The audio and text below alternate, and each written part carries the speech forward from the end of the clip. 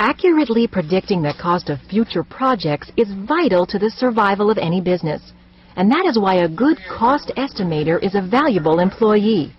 Estimators analyze cost factors like materials, labor, location, and machinery. Then they report this information to company management. Most cost estimators have college degrees, but many have years of related job experience. 60% of the jobs are in the construction industry, where managers prefer degrees in building construction, construction management, civil engineering, or architecture. Another 26% work in manufacturing, and the rest in areas like design or consulting. In the manufacturing sector, employers look for a college degree in mathematics, business administration, operations research, or engineering. Cost estimators rely on mathematical skills and the ability to quickly analyze detailed information, plus communication and interpersonal skills.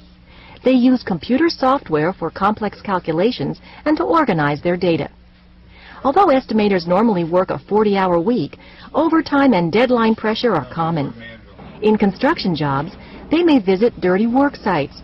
In manufacturing, the factory floor. Frequent travel is common. Talented estimators are company heroes who win new accounts, earn profits, and gain rewards in higher pay and prestige.